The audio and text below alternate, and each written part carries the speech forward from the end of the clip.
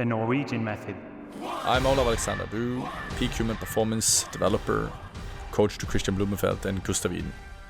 I'm Dr David Lipman, a health and human performance specialist, and welcome to the Norwegian Method podcast. The Norwegian Method. Welcome back to the Norwegian Method podcast, and Olav is joining me again today. Thank you for joining, Olav. Thank you as always.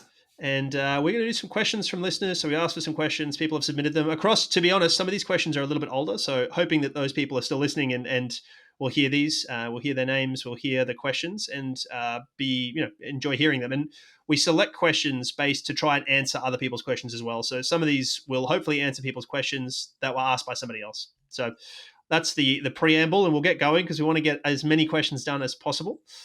So from Timu Ritkonen, he said, how should one combine a bike profiling session of 5 minutes all out and a 20-minute all out with a metabolic profile like a lactate meter and interpret the data? I thought this was interesting given our profiling discussion. So really I think he's talking about how do we link our metabolics to our outputs or internal load to output or external load maybe. And the answer might be we don't, right? It could be that they're dissociated.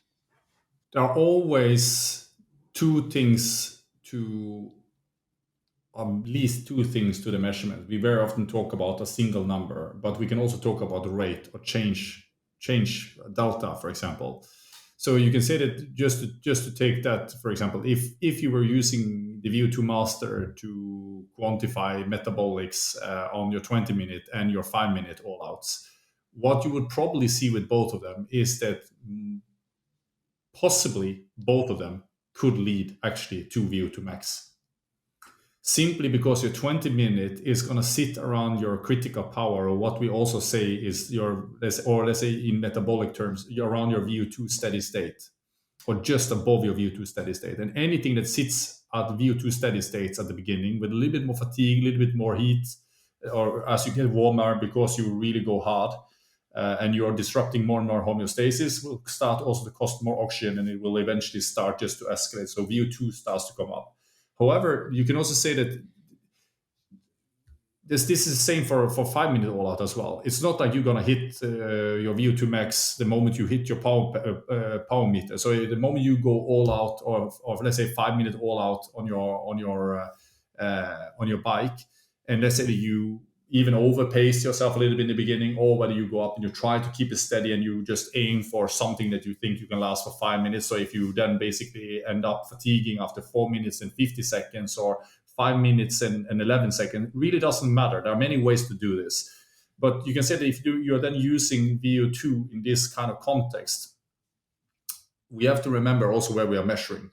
You're measuring now on two very different places. On the one side, you're measuring basically at your feet for the power meter, and you're actually measuring net mechanical power. You're not measuring gross mechanical power, but net mechanical power, because parts of the work you actually do when you're pedaling around there is actually not normally quantified by power meter. At least the power number that you see on your computer, that's basically just the resultant power that actually contributes actively to pulling your crank or pushing the crank in the direction of travel. That means also that on the metabolic side, what we really are measuring there is that there's a resting component into it, but that's not really resting anymore when you're doing hard work. And the more work you do, the less influence that really have. But it's the gross, let's say, input or requirement for oxygen, let's say, in this context. So the net output and basically the gross input. So when you do now a 5-minute all out, it will actually take a little bit of time for you to get up there as well. But what you'll see is that if you basically start there, then you can measure also that the time it takes for you to get up to VO2. And for 20 minutes, even though things are not steady state and they maybe bring you both to VO2 max, you'll see that the slope there is very different. It takes a much longer time for you to get to VO2 max. And that actually will tell you something about the rate or basically metabolics as well, but it's more complicated than normally. And then we also have to remember, in the context of where we talk about power at VO2 max, this is when you also start to understand that there is no power at VO2 max.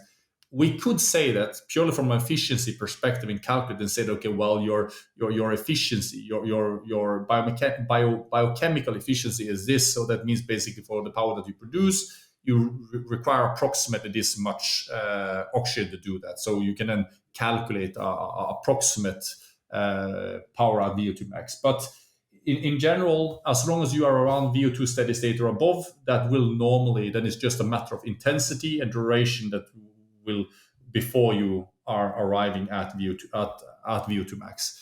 So how do we include then, if you want to do how do you do a profile when you want to do for example, what was all the things that he wanted to do? Because it was 5 minutes, but it was something else as well. Just lactates. So I think he's talking about matching lactate to power, basically. Okay, so in this case, I would say that I'm not a big fan of this, but what you can do here is that when you do a 5 minute all out and you do a 20 minute all out and you maybe then do lactate, for example. So let's say you do lactate before, and let's say it's a steady, close to steady state efforts, and then you measure at the end, and then you measure till you basically reach the peak. So you get the true, or let's say as close as possible to a true lactate concentration of representing the load that you just put your body through, because you won't get that straight after an all-out effort. It will take a little bit of time for it to really go up there, and that has nothing to do. That's more an artifact or a result of kinetics of that. Basically, lactate is produced in the muscles, and then basically it is released out in the blood, and it takes time for it to reach equilibrium in blood, and then on the way before it reaches equilibrium, there is even metabolism also of this happening as well at the same time. So you don't really get a true concentration to what's happening in the muscle, but it's reproducible enough that it has a value. So in this context here, measuring before, measuring after until you reach your peak, and then it was a 20-minute effort, and then basically you can get your lactate there. This, you can say that when we do critical power testing, normally we would say not do 20 minutes. Normally for critical power testing, or let's say for the original power profiling, critical power, you would normally stick to durations that are between 2 minutes and 15 minutes long. That's where it's mostly validated. Shorter than that, then normal critical power models doesn't work, and you need to go to models like typically more like Mono and Shearer or other things that are capable of dealing with even shorter durations and longer durations than 15 minutes. But in this context here,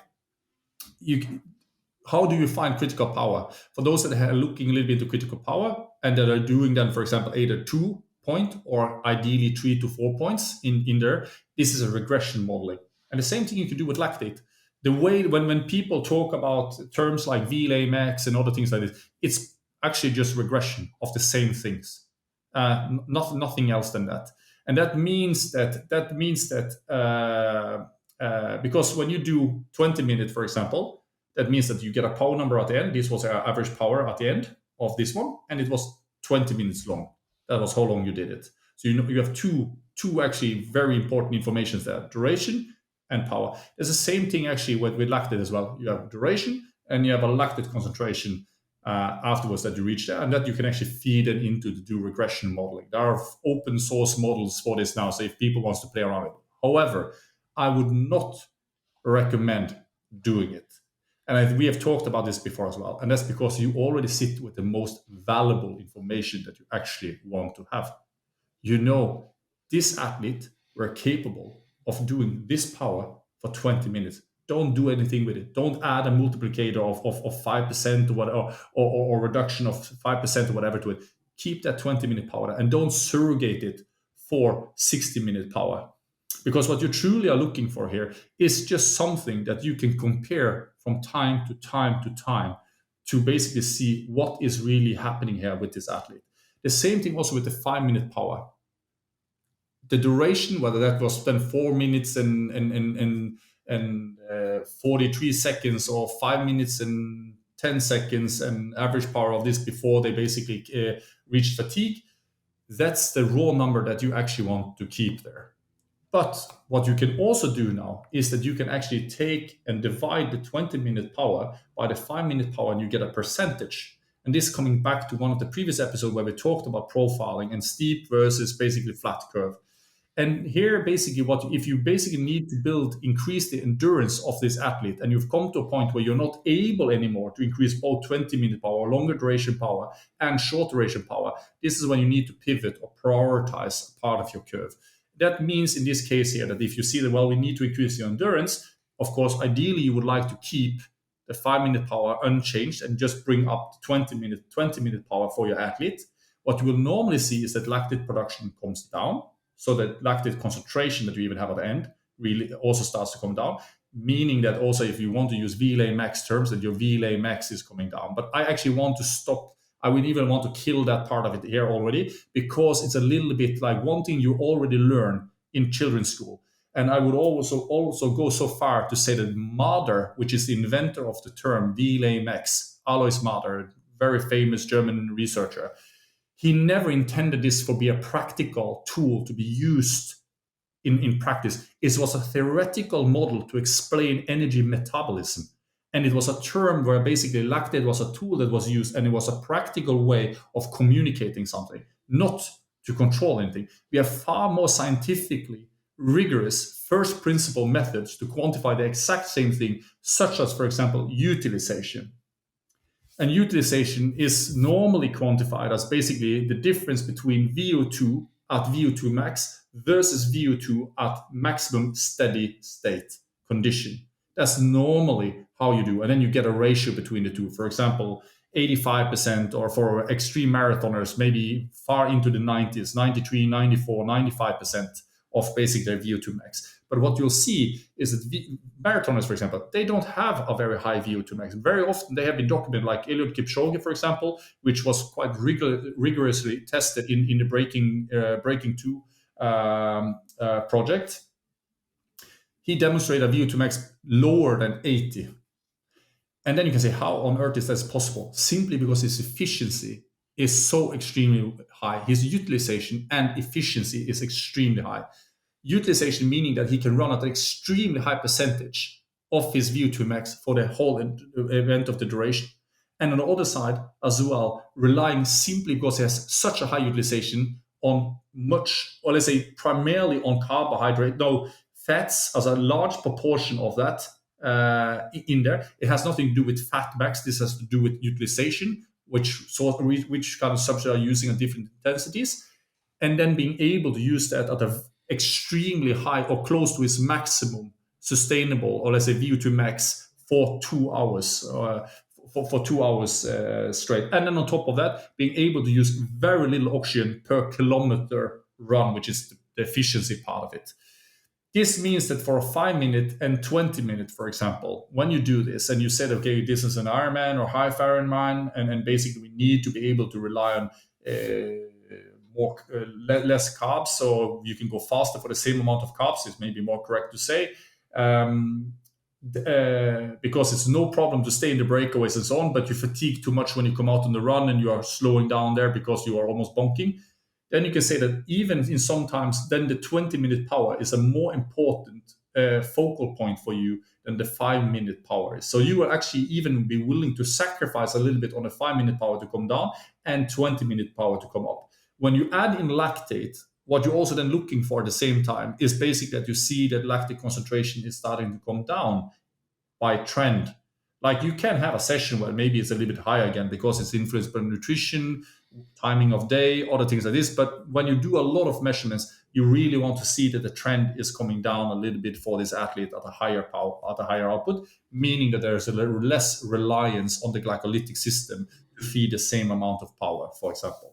So you could maybe see that basically 20-minute power comes up, but the lactate concentration is the same as it was before, but that's potato. It just means that now you actually, if you go down to the same power that you did on your last 20-minute test, then you would expect that lactate to be quite a bit lower, simply because you can now ride with the same lactate at a higher power output. So again, all-out efforts complicates the situation a little bit because it's not something.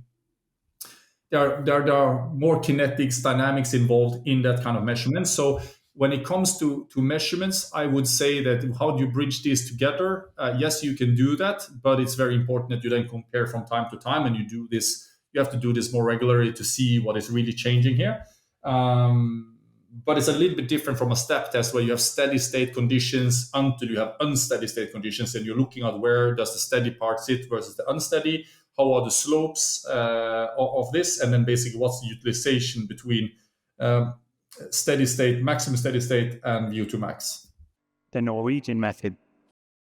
The reason why you want to have a VO2 master, because when athletes or customers comes there and they are doing the training, they're putting in money and hours into improving the fitness, you want to have a device that basically allows you to track their progress, but also measuring their metabolic power as well.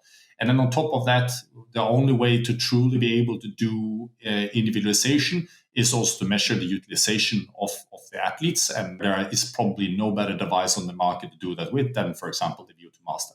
If you've been thinking about adding VO2 testing to your training facility, you know our viewers get an exclusive one-on-one consultation with their product experts on how to make VO2 Master work for you. Head to vo2master.com/Norwegian-method to book yours today, or follow the link in our show notes. Gotcha. Super helpful. I think that's really insightful. Probably answered a couple other questions we had that I certainly wasn't going to ask. So it's always helpful when other listeners get their questions answered, as I mentioned at the start.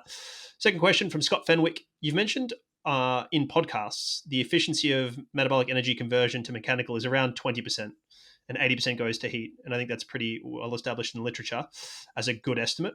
What investigations are you looking at for changing this? So how do you track changes in this? And are there examples in nature of higher efficiencies that could be relevant to athletes?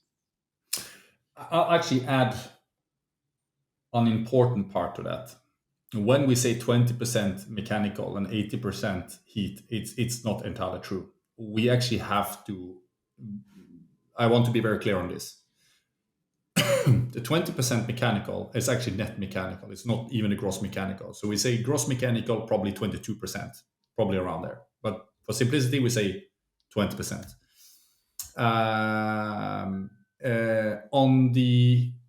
But then there is also an internal mechanical part here as well that I actually want to talk about. It's not like there's only an external mechanical part and the rest is heat. It's not. The heart is doing work, real work. We can with extremely invasive method measure the power actually the heart actually is doing. It's a plumbing system.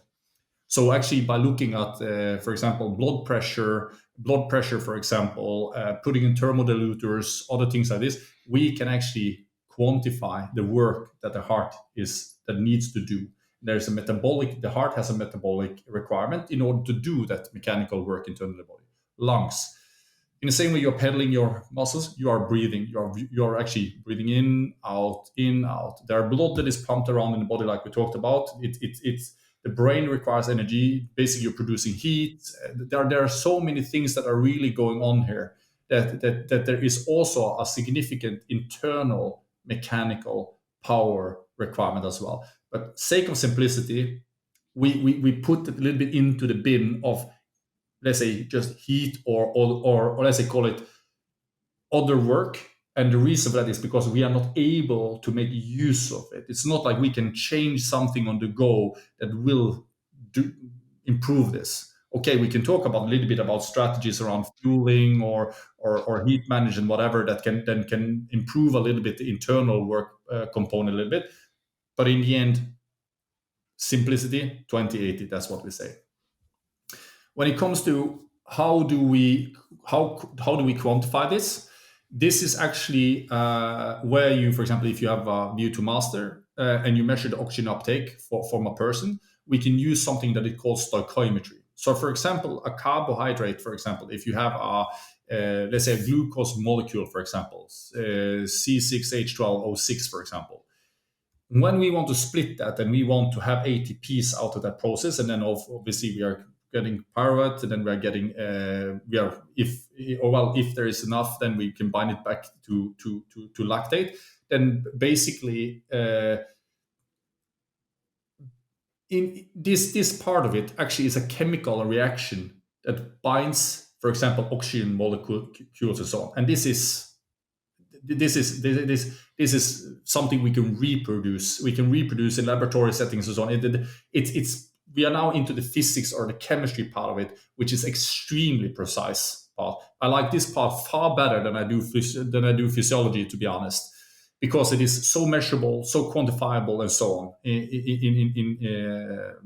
And that means that since we know how much oxygen you are using in milliliters, we can actually convert this into moles in the same way that we can actually convert, for example, a substrate like either triglycerides or glucose or lactate, whatever, into also moles. And then we can actually look at, for this to be able to be converted or split, these molecules to be split, how much oxygen is required in this reaction. And by that, we can then basically say that, okay, if you basically consuming this much oxygen, that means basically this much energy is being turned over. And then you can say the difference between basically a higher CO2, lower CO2, that's more like tweaking or fine-tuning to this algorithm, really, or not algorithm, but to the stoichiometry. But it's not going to make a huge change in the efficiency part of it. A little bit, but not huge part.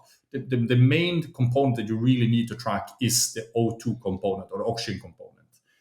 So when you have this part of the efficiency part, now you know basically what's the total turnover of fuel in your body, how much fuel or energy is basically used there. And then you're basically looking at what kind of fraction of that actually goes to mechanical work. And that's, of course, what we talked a little bit about. You have gross mechanical power, net mechanical power. We normally use net mechanical power. That's really not how you can do or find out your biochemical energy, because your biochemical energy, the interface between the two is truly actually net metabolic power, not gross metabolics. But again, we are not able to basically subtract the resting or the basal metabolic rate from the work. There are some protocols that have tried to do this where they measured basically your basal metabolic rate or resting metabolic rate before you start doing something, and then you do exercise, and then you just raw subtract that part of it. You can't do it because the body will regulate this actively depending on the demand that is there. So if you are able somehow to quantify the basal metabolic rate during activity, you will see that the body regulates this, and the harder you go, the less will be for the resting part, or basically no resting at all for this worst case for short periods, for example. So again, there are some limitation to this, so that's why we just have to use gross metabolic power or gross metabolic metabolics as an input, or oxygen really as input, and then the output part of this is the net mechanical power. New power meters now, like the body rocket system, can actually track both the net but also the gross mechanical power. So if you have that, then you actually want to use O2 versus the gross mechanical power. And then you basically look at just purely that if you have already know that you're using X amount of milliliters of oxygen, then basically you know how many joules of energy. So because if you don't know this is how much oxygen you're using, that means this much substrates. And if you know that this much substrate, then you can calculate the joules per second, and 1 joule per second is the same as a watt. And since you already have then the watt components, so let's say let's say you calculate them to be 1,000 watts, and then now we're not talking about in the body. We are talking here about scientific, basically rigorous, reproducible experiments where you can do this again. You can take your Maurten carbs into a bomb calorimetry, feed in oxygen and temperature, and you look at how much energy is released in that process and how much oxygen is consumed to do that. And you get joules out of this, or joules per second even, the rate and the total amount, depending on how much you're burning in or combusting in the chamber there. But then the other component you have already is the gross mechanical power. And when you have that and you basically divide them by the two, you get a fraction. And that basically is then, let's say, if you have done by gross mechanical, let's say 22%, for example. So that's how you know that this is the efficiency of the body. However, there is an internal component like we talked about in the beginning, or we clarified in the beginning, internal work. That's the part where I say, yes, there are studies and super interesting reads and all this kind of thing. Don't get lost in it, because it won't make your athlete better. What really is going to make your athlete better is obviously trying to make the gross efficiency better for your athlete. This will normally happen in a couple of different ways. Nutrition can affect this. For example, we know that by more carbs, efficiency goes up simply because there is a lower oxygen cost per ATP produced to use carbs than it is to use both any fats that is there. Even I would go as far to say ketones, because there are also one other component to this, and that's where we come into enthalpy, entropy, and Gibbs free energy and so on. But That's for a physics session sometime far into the future. But the point there is that carb has a less oxygen cost combined with O2 than fats have in order to produce the equivalent amount of ATP, and that's the energy currency for the muscles. That means that more carbs will normally increase the efficiency of the athletes, but then we can say also there's a training aspect of this, and we also know that as you move more. But there are other. Body is very complex very complex system, but it's also a place where you, for example, if I measure now on myself, because I haven't been training as much as I've done in the past, my efficiency, for example, I would say that now when I measure my efficiency, I'm probably around 17%. I have to go back and actually, I measure myself at least weekly a little bit to see how I can manipulate my program best possible and focus on the low-hanging fruits. But my efficiency is around, I think now 16-17% in cycling. Running, it's higher. Swimming, I don't even dare to think what it is in swimming anymore. It's low. It's actually a little bit fun. There was an episode with Magnus Midtbø, famous Norwegian previous world champion climber, did an episode with Christian and myself up in Sierra Nevada, and he jumped into the pool and was swimming, and we compared his oxygen consumption per 100 meter, or I think kilometer, 100 meter between Christian and Gustav. So Christian was swimming slow and basically to almost, just for simplicity, match Magnus's oxygen uptake, and Magnus was using almost the double the amount of oxygen per distance as Christian was doing. So it just shows an extreme difference in, let's say, oxygen efficiency. Of course, in this case, then we are talking not truly about, let's say, biochemical efficiency, because here we also factor in now biomechanical efficiency as well, which is huge factor in swimming. But this is one thing we talked about in the previous episode. We talked about periodization, changes in stimuli. Yep. One of the easiest way actually to increase efficiency is repetition, actually. So that's one of the places where you might go into a more monotonic block, where things are more similar. If you know that you need to really, really, really improve the efficiency of an athlete. But that's this part which I would say that should then be linked to specificity. So it means doing more and more specific, because that will also increase the efficiency of the athlete. Great. A couple more, I guess, applied ones now, or practical field-based ones. So Snorri Bjorns said, in season 1, you discussed race pace and ultra running. Can you elaborate on how you decide the amount of time spent above race pace in training for ultra runners? And he said 10 to 20 hours of racing, or she said, I'm not sure.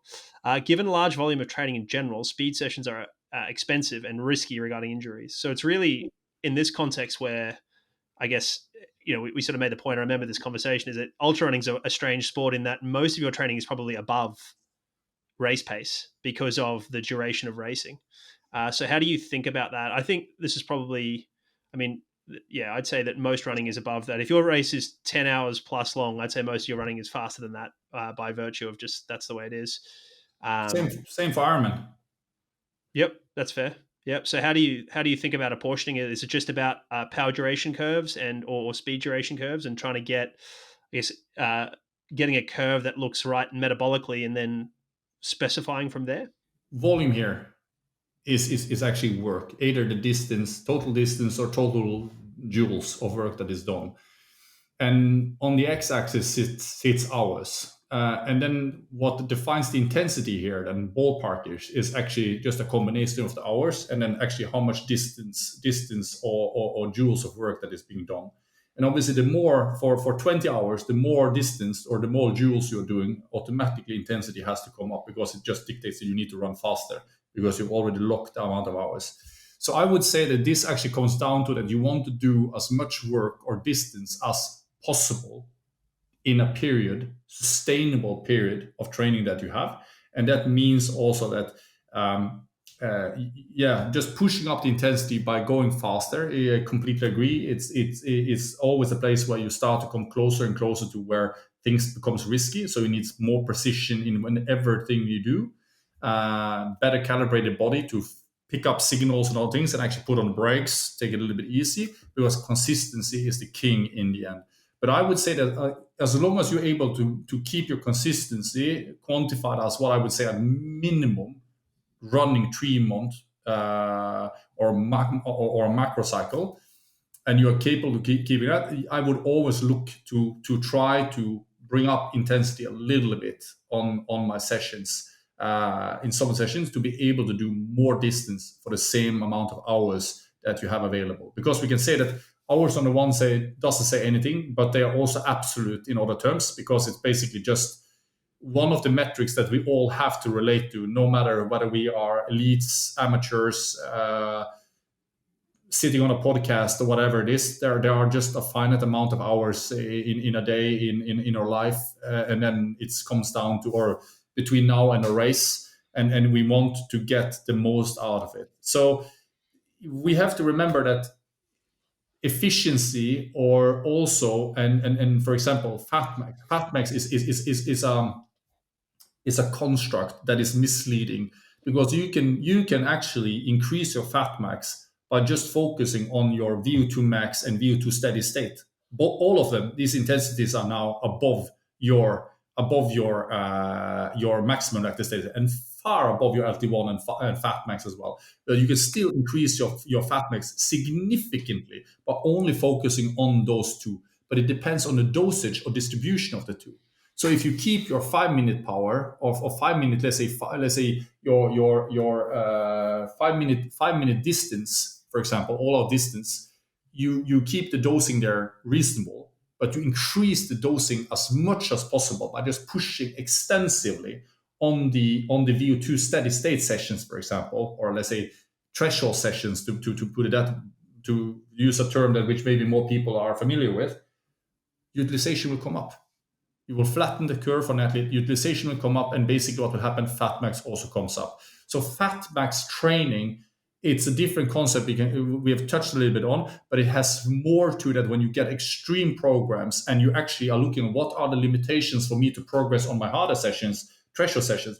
Then you can say, well, I need then to have enough glycogen in my body to actually allow for progression. I cannot be lower on glycogen leading into the next session than I was on the previous session, because that then will be the limitation for me to progress. I can't progress anymore. So how do I ensure that then? That's why you basically said, I want to have a high volume of running, because we also know that's important, but that part has to be low enough intensity that it doesn't basically hamper the next higher intensity session you're gonna focus on, that you want to have development on. So again, this is really not magic. It becomes a little bit magic the moment we start to introduce a lot of fancy physiological metrics and terms and these kind of things, and they are even misleading to the point where when we talk about fat max and other things like this, we think that this is the zone where the only place we can really increase or fat or ability to turn around fat. No, it's not. You can do that at whatever intensity you want. It's just about the distribution of it. And the longer, you can even just focus on one single intensity at a high intensity as well. But if you basically just push this further out, so you basically put on a larger and larger anaerobic. Let's say that many people think that if you're at anaerobic threshold, if you go above there, then you're anaerobic. That's not true either. Because VO2 max is basically where your anaerobic, or let's say your aerobic engine is running 100%. At anaerobic threshold, or LT2, is running at a fraction of 100%.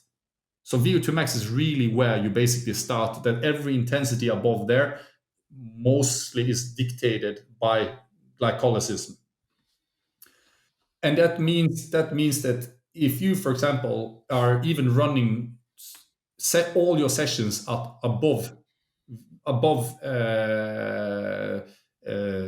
threshold, or even say VO2 max, that many people would just say, oh, that's very anaerobic to run at VO2 max. Okay, that's fine. But we can still show that fat metabolism increases with these athletes if they just keep extending the volume at VO2 max in a session and then over time as well. Fat metabolism will go up. Why? Because the requirement to more aerobic energy increases. And it's the anaerobic part of it, or the glycolytic part of it, becomes a limitation, and the body needs to find other ways to adapt and fuel this in by providing more aerobic energy or more oxygen, so you can basically deal with it, or basically aerobic metabolism. Crudely put, like I know there are plenty of caveats to this, but the point is more volume at any given intensity will increase fat metabolism when you're starting to approach where you really have to start working for making the next steps. So it's for ultra running and what to focus on. Consistency, like accumulated distance you get over, that you are capable of getting over 4 months, is the king. And if that requires you to run a little bit slower to do that, to keep the consistency without getting injured, then that's the answer. But if you feel that you are in a place where you can add a little bit more intensity to things above race pace as well, that will allow you to run even more kilometers per quarter, per macro cycle than what you did previously, as long as you keep injury free. But that's really the short and precise answer to the question. So another one here from Running Sina or Sign. How would you write a training program for a pro runner? Would it be similar to how Jakob trains or different? I think this will depend on the runner. No, it's a good question. It's a very good question. Again, I think that there is no magic behind any running program, really. We already touched upon it in the previous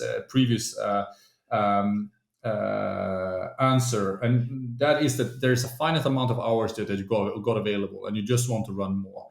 And then one thing that maybe if I had to have one goal with the podcast or some of these messages, there are two things. It's the diamond. The higher you get to the top, the more you have to remove to focus on the quality part of it. Quality is not intensity; it's purely focusing on the things that works. That means low intensity, high intensity, whatever intensity it is, or whatever you do, recovery even. Quality in whatever you do. So the diamond.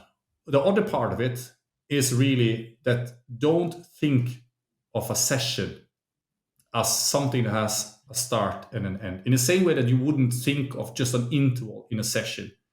You don't go out and blow yourself up on a single interval. You basically, the reason why you have intervals in a session is because it allows you to do more work over that finite time you have set aside from that particular session than if you did it in a different way. So if you did one all-out effort, for example, during that session there, that would probably allow you to run less kilometers accumulated for that hour that you have available, or 2 hours or whatever you set aside, than if you break it up into really well-paced intervals that is there. You get more distance accumulated per hour. We know that the best people in the world have for decades went away from doing one single effort to basically doing interval training, whatever sport they more or less do. And one of the main drivers for that is exactly you can do more per time. And then it's about eventually, of course, bridging things back into specificity. But you're building the fundament by building the volume. And volume is not hours. Volume is intensity plus hours. That's volume. And that means, or you could even say area, but stick to a familiar term, volume.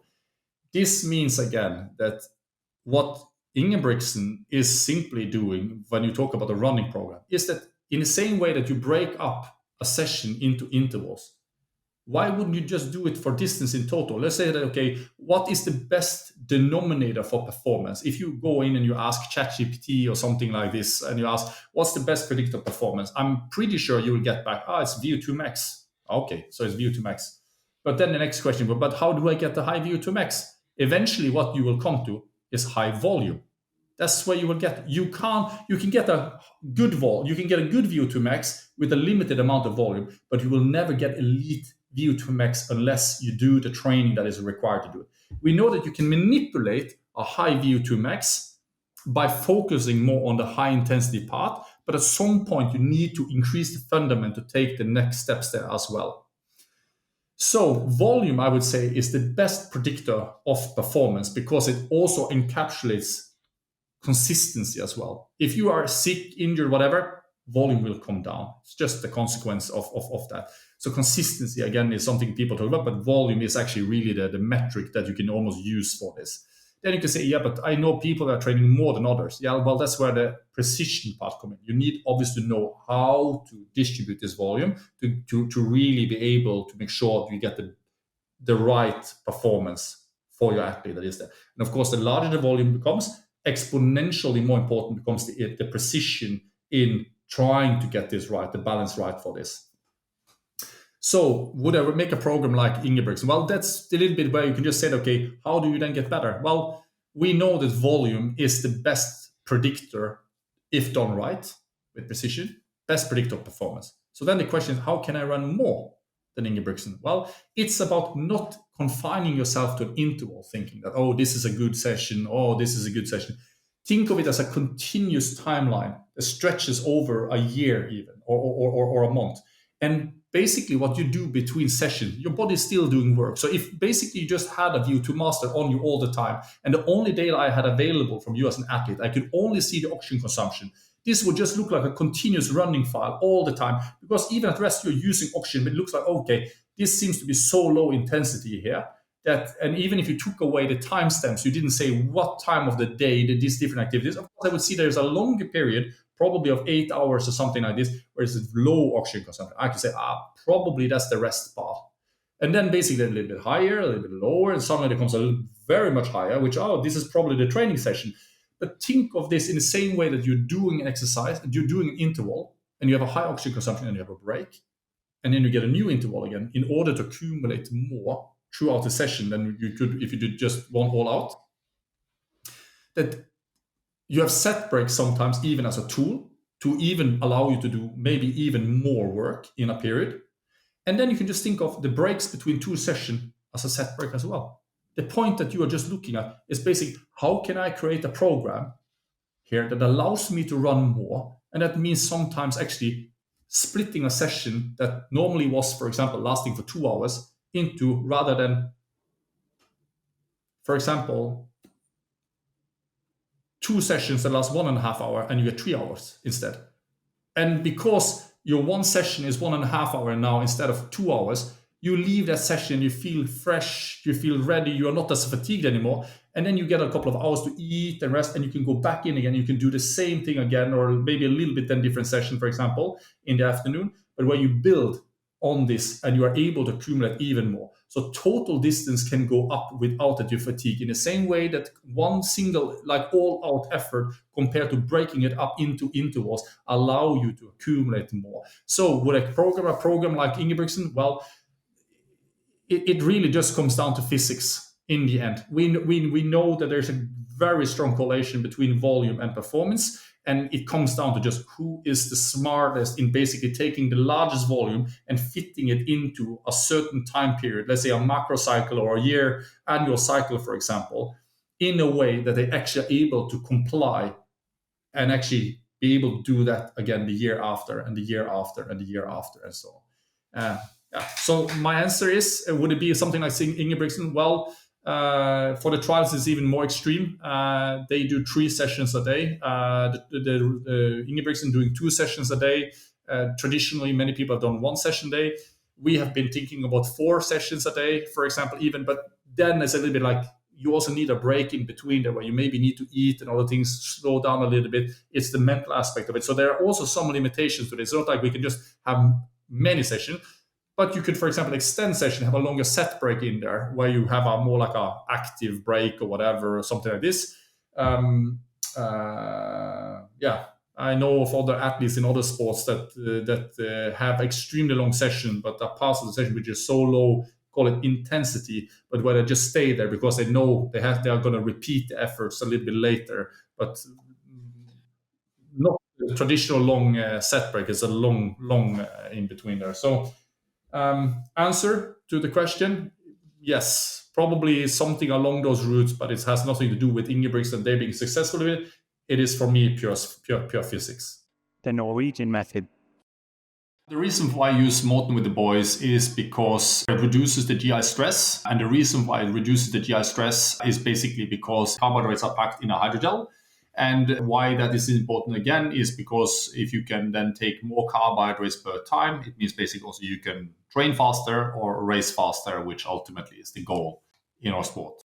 To benefit from the one-time code and get 20% off your next purchase on Maurten.com, simply enter the code TNMS1 at checkout. The code is applicable once per customer on all products except the Maurten bicarb system, valid until the 31st of December 2025. The Norwegian method. Yeah, and there's certainly some historical weightlifters who used to do something similar. They would lie down for half an hour between exercises, right, to recover a little bit. So, it applies across. There's a similar question here from Henrik Holstad talking about cross-training for runners and setting sort of thoughts on it. My take there to summarize quickly, and you can tell me how off the mark I am from having listened to you and talked to you a lot, but if it allows you to add volume to your training, it's non-specific to some degree, depending on, it can be more or less specific, right? Swimming's less specific than cycling, but you would use that to increase volume if you couldn't run, right, for whatever reason. But, running is the key. You want to get better at running, so run more. And then if you can't tolerate that for whatever reason, then thinking about where we're adding stress. So last episode, we talked about heat, right? Do we add heat rather than cross-training, or do we cross-train, or both? Yeah, and this goes actually also to all kinds of sports, no matter whether it's football, whether it's ice hockey, whatever it really is, you're really just looking at two things there. One is volume, and then basically how do you pivot this? Because for sports which is more like high intensity, like for example, obviously on a football field, there's very different roles. Some really needs to have a top end speed, and the total distance they run is not that much. But you still want to have a big base in the bottom, but you are going to have a little bit less in the middle, but focusing on the high part speed of it. Same also with ice hockey. Ice hockey is a really high power punch. Tennis is another one, for example. You want to have that big base in the bottom so you can build a high.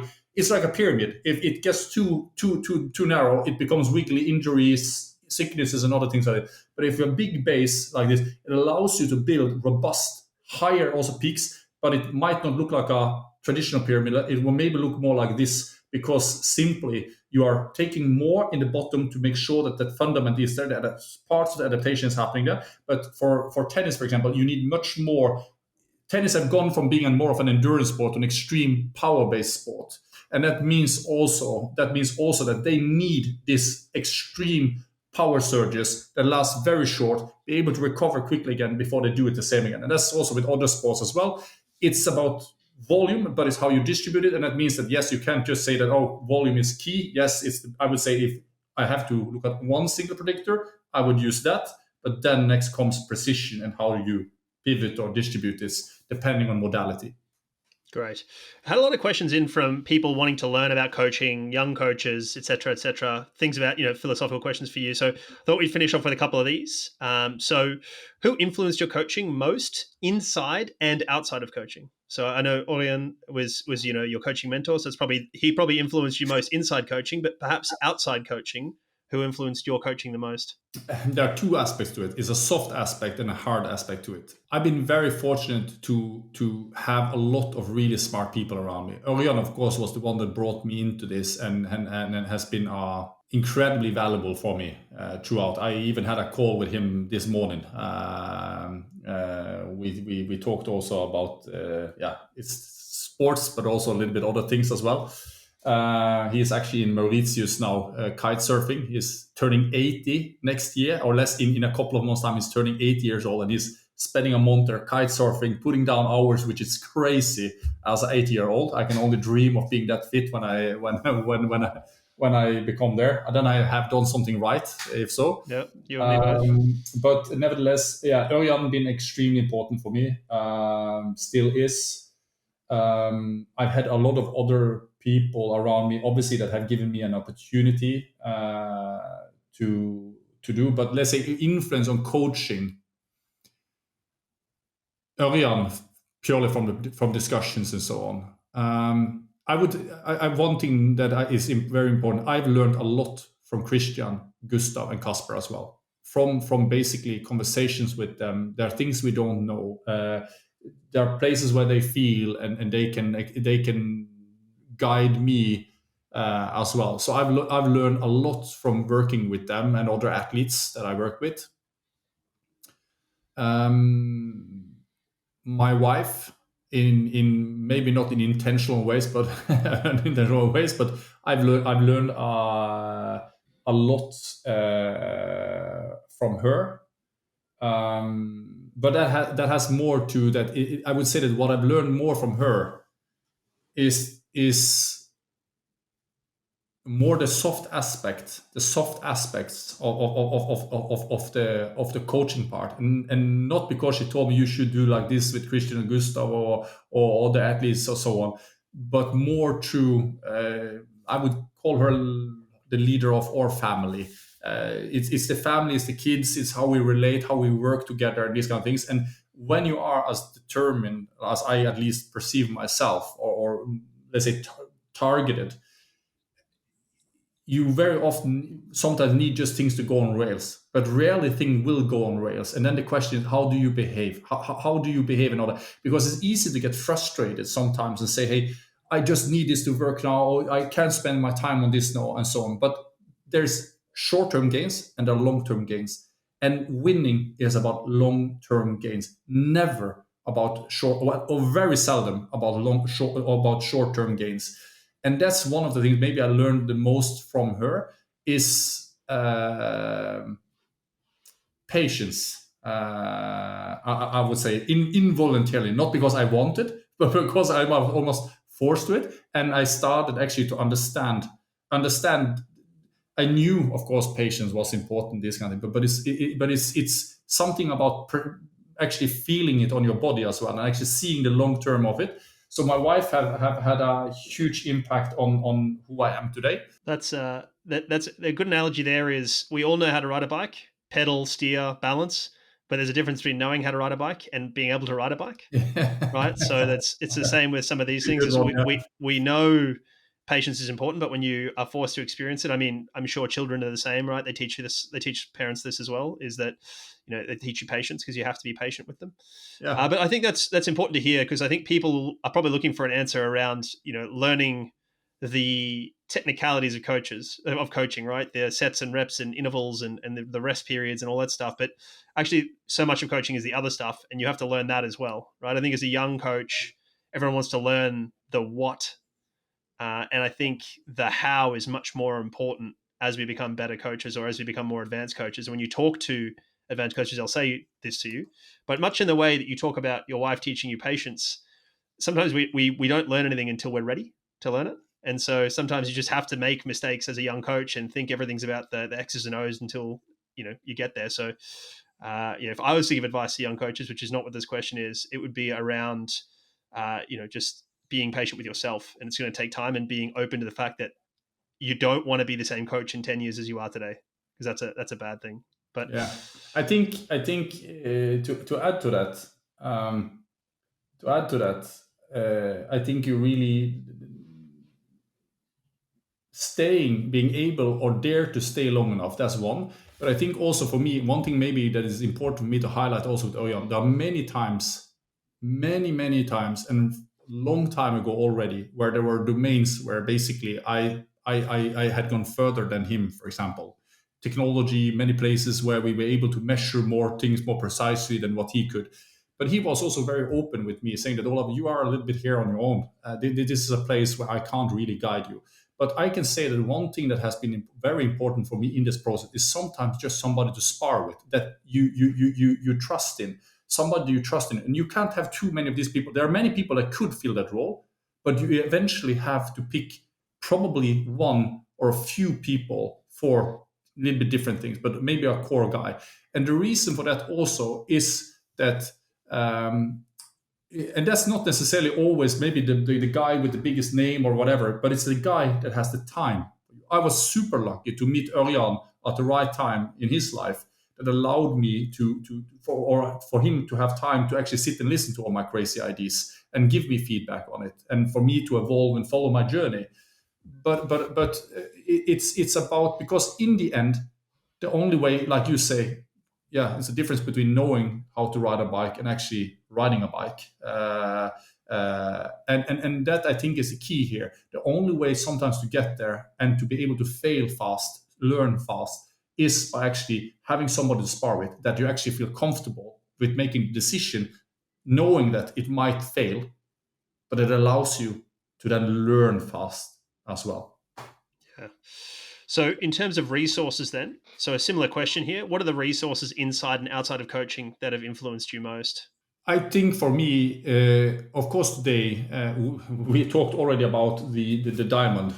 Yep. Starting novice, you add more tools, basically to have saturated your day with different things. Yep. And then at some point, you have to make a selection on which tools actually are the most valuable for your style or your way of working with those people you are. You have suddenly now a large repertoire, so you can pick and choose a little bit what kind of tools you want to fit in there. So I think it's actually, if we say resources are what have helped me that is not human, I would say technology. Technology used right is extremely valuable. And I would almost say more technology is better, but you have to understand what they actually measure. That means that if we take a watch here, for example, yes, it measures heart rate, but actually how does it do it? Because obviously I can't see the heart rate electrodes here. So how does this do it? And understanding what the technology as actually and how it is doing it. So I would say never accept necessarily just the technology and that somebody have sold you a hype or whatever, or this is super, it does, etc. Understand the strength and the weaknesses and why and how they do it. Always approach first principle, trying to break down how it does it so you understand it. This increases your ability to use different tools also for different situations. Because I mean, this tool, the heart rate part that now sits, or the PPG part, that many of these, that means basically the optical heart rate sensor that many of these use today. That's super for rest and many different things. And why would I use a heart rate strap then and say, oh no, heart rate strap is more accurate and you should use that? No, this one is good enough for this. This one is accurate enough for rest and other things. But the moment I start to do intervals and other things, then this one is not good enough. Then I need a heart rate strap.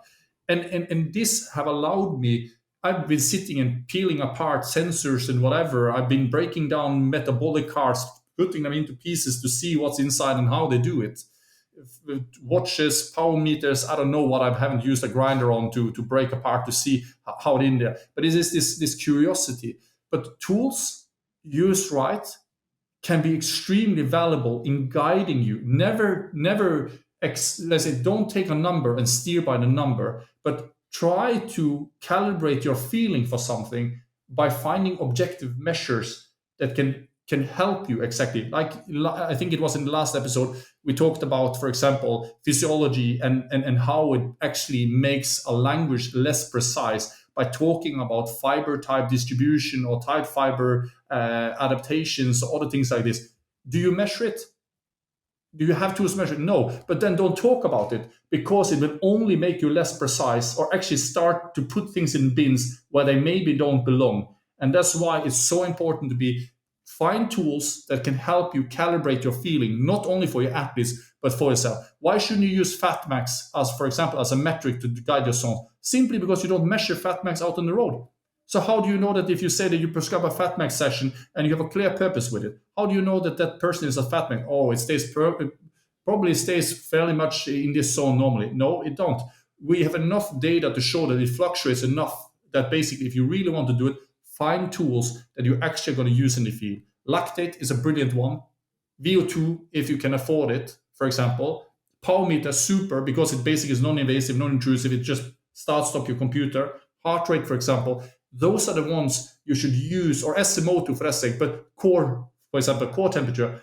But your language should be anchored in technology or tools, and that has been a fantastic resource for me, that I have been able to have tools and access to technologies that allowed me to calibrate my understanding, my feeling for things and so on, alongside being very lucky to be included in research communities and environments, doing research and allowing me to also help build up laboratories and what components to have there, because I had some crazy ideas in my head and I wanted to figure out how this was. This is, of course, very, very rare, but you don't need that. There are many of these things that I would say, okay, it's cooled down a part of my curiosity, or that I found my answers and figured that out. But I would say there's enough tools, like even a power meter, just to give an example there. Power meter is a heavily underexploited technology. Why? Because with a power meter, you can look at now, for example, the body rocket system, gross mechanical power, net mechanical power. You can look at where basically in the circumference of the pedaling, which way the forces are going. So you can be more specific in the purpose of basically finding out where are limitations, how do you focus on it, how do you sprint, should you go one, should you try to go a gear lighter, and so on. People very often just go by power, and they just prescribe something by power, but they forget there's so much data available there that they can learn to really master and do better to help with some athletes. For others, is redundant. But I would say that Polar H10 heart rate monitors versus Garmin, for example. I would say that most people use Garmin's today, but Polar H10, it doesn't only do HRV, recording basically the R on each of the sign or basically of the heart rate wave signal. It basically records the QRS even, so you can see the full basically movement of the heart in an app while you actually have it connected to your Garmin. So if you have a Garmin, I would get a Polar H10, for example. I would get this, and suddenly you can start to see what is happening even more with the heart, and you can start asking questions and so on. And then on top of that, one thing that changed significantly since my time is now AI. We're getting access to more and more AI. It's not a revolution, but it's basically where a little bit part of the mentor that I had in Örjan, I can actually do a lot of these kind of specific questions now with AI to get feedback as well. But again, you have to be far more critical, of course. Yeah. But resources outside, technology. That's the answer. And what's one mistake you made early in your coaching career that you want to share? I think this is always a good question. I mean, I've got a bunch of my own that, of course, but this isn't a podcast about me. Yeah, that's a long time ago. It's all right. We'll leave that one. We can come back to it if you want. But what's some advice? What's some advice you'd give a young coach? What's something you'd advise a young coach to do? Find maybe back to the question about having this kind of mentor or somebody, but somebody that gives you, and it's not about having the best expert in the world, but somebody that is a little bit in the same situation with you that you can spar with, and that can either give you the little bit the security you need, that you dare to fail fast, learn fast. I would say that's probably the what holds most people back is I think the danger of failing, or they are afraid of failing. That holds people back. That's the biggest error people make, I would say. We had a conversation off air before this podcast, and we discussed exactly this, and not being surrounded by people who always agree, having people who disagree with you, who will challenge you, all those things.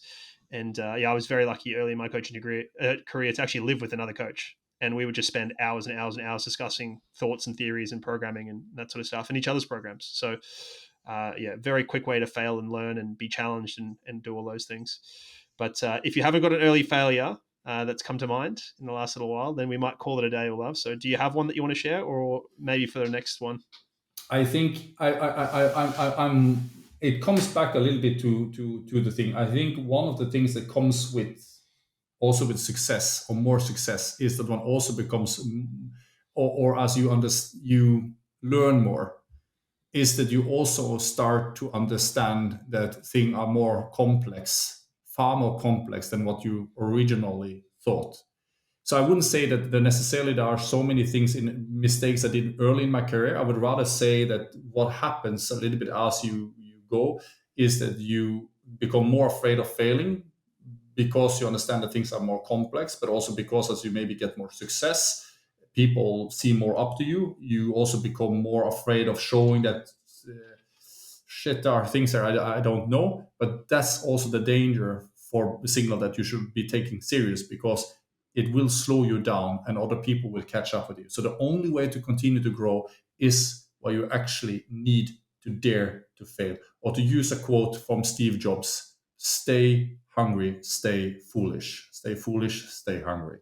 And I think daring to do that and failing, people might say something short term, but the proof is in the pudding eventually down the road there. And when you have your next success or whatever it is there, we can't control the future. I think the reason for why I hope listeners are sitting listening to us here in our podcast here is because they want to learn.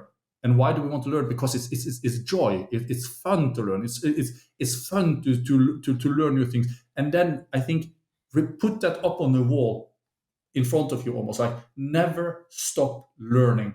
And learning is a consequence of failure, success and failures, but mostly failures.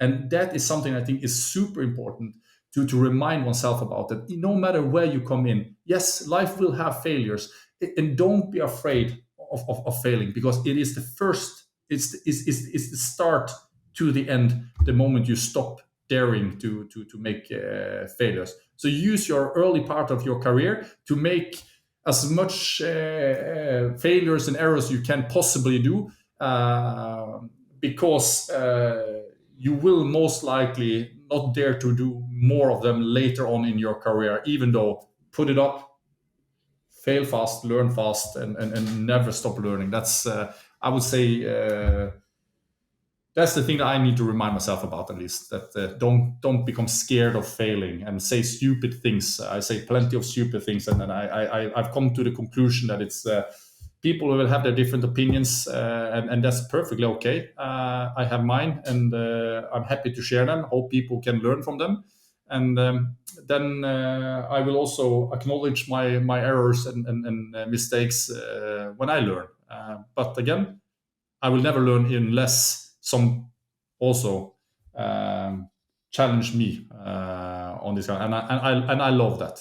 Yeah, there's a term from what I understand is to be like, it's a Norwegian concept of intelligent failures, and I really like the concept. It's something I'm obsessed with. So maybe we leave it on that. Is don't be scared to fail, and keep pushing on and keep learning. But appreciate you and your time as always, Olav. Thank you so much. We will be back next time with another Q&A episode. So if we haven't got to your question yet, we'll get to them. Feel free to keep sending them through. But thank you, Olav. And if you haven't yet subscribed to the podcast, please do that. If you haven't liked it, shared it, do all those things for us, please. It does help us and help us grow. And we will talk to you next time, Olav. Thank you. The same, David. The Norwegian method.